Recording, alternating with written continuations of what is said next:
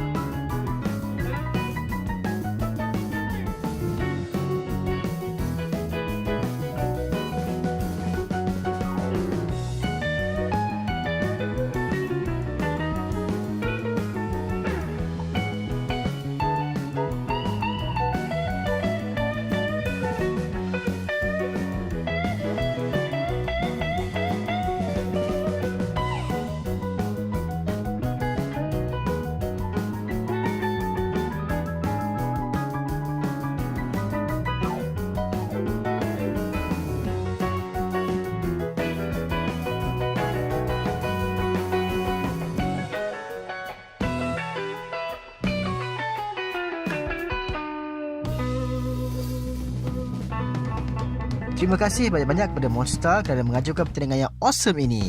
Jadi kepada yang mereka yang tak berjaya tu, jangan mengalah, kita cuba lagi dalam pertandingan yang seterusnya.